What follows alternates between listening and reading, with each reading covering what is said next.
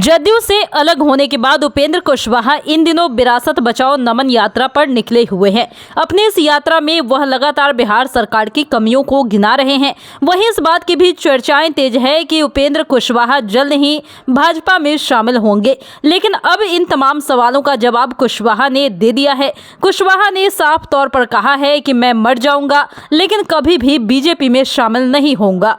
दरअसल कुशवाहा इन दिनों विरासत बचाओ नमन यात्रा पर निकले हुए हैं और इस यात्रा को लेकर कल उपेंद्र कुशवाहा फारबिसगंज में मौजूद थे। इसी दौरान जब उनसे यह सवाल किया गया कि वह बीजेपी में कब शामिल हो रहे हैं, तो फिर कुशवाहा ने साफ शब्दों में कह दिया कि उन्हें मरना स्वीकार है लेकिन बीजेपी में जाना स्वीकार नहीं है। हालांकि इससे पहले भी जब कुशवाहा जदयू का हिस्सा थे तो इस बात पर चर्चाएं तेज थी कि वह बीजेपी में शामिल होंगे, और जब इसको लेकर उनसे सवाल किया गया था तो उन्होंने यही कहा था कि वह बीजेपी में कभी शामिल नहीं होंगे। इसके बाद अब उन्होंने फिर से कह दिया है कि उन्हें बीजेपी में शामिल नहीं होना है। इसके अलावा बता दें कि उपेंद्र कुशवाहा ने कुछ दिन पहले नीतीश कुमार को बड़ा झटका दिया है। कई बड़े नेता जदयू छोड़कर उपेंद्र की पार्टी राष्ट्रीय लोक जनता दल के साथ आ गए हैं, जिसके बाद अब जब इस मसले को लेकर कुशवाहा से सवाल किए गए तो उन्होंने साफ तौर पर कहा कि मैं कभी भी पार्टी में चुनाव से पहले तोड़फोड़ करने की सोच नहीं रखता हूं। बिहार सरकार में गणित का खेल है, जिसके पास जितना बहुमत है वह सरकार बना लेगा। इसलिए बात भली भांति समझने की जरूरत है कि मेरा कोई मकसद नहीं था कि मैं किसी भी पार्टी में तोड़फोड़ या दल बदल करवा दूं।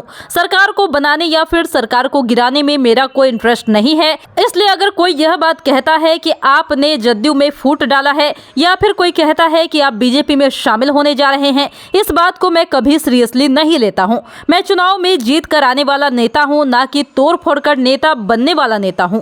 इसके अलावा राजद नेता सुधाकर सिंह की तरफ से बिहार के मुख्यमंत्री नीतीश कुमार पर की जा रही तल्ख टिप्पणियों पर उपेंद्र कुशवाहा ने कहा कि सुधाकर सिंह का जो प्रकरण है वह कोई व्यक्तिगत मामला नहीं है, बल्कि राज्य सरकार और राज्य के लोगों के बीच का मामला है। महागठबंधन के महान विधायक हैं, उनके बावजूद वह कह सकते हैं कि मुख्यमंत्री जी शिखंडी है, मुख्यमंत्री को बेशर्म भी बताते हैं, यहाँ तक कह डालते हैं कि मुख्यमंत्री जी कटोरा लेकर घूमते हैं। तो ये सब बातें जो है ये कहना है सुधाकर सिंह का, ऐसा कुशवाहा का कहना है, और कुशवाहा ने इस मामले पर कुछ भी कहने से साफ तौर पर इनकार भी कर दिया है।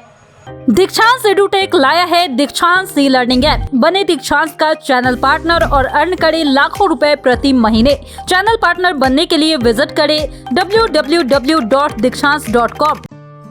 दीक्षांत एडुटेक लाया है दीक्षांत डिजिटल क्लास। दीक्षांत डिजिटल क्लास का उपयोग कर छात्र बना सकते हैं पढ़ाई को बेहद आसान और मजेदार। दीक्षांत डिजिटल क्लास को स्कूल में बैठकर देखना है तो पेन ड्राइव और स्मार्ट टीवी बनेगा सही माध्यम। चलिए अब ये भी जानते हैं कि दीक्षांत डिजिटल क्लास का फी स्ट्रक्चर क्या होगा। नर्सरी से लेकर यूकेजी के लिए 7,000, नर्सरी से लेकर दूसरी कक्षा के लिए 12,000, नर्सरी से लेकर 5वीं तक के लिए 18,000, नर्सरी से लेकर 8वीं तक के लिए 24,000, नर्सरी से लेकर 10वीं तक के लिए 30,000। अगर आपको डेमो करना है तो उसके लिए आप दीक्षांत डिजिटल क्लास के YouTube चैनल को विजिट कर सकते हैं।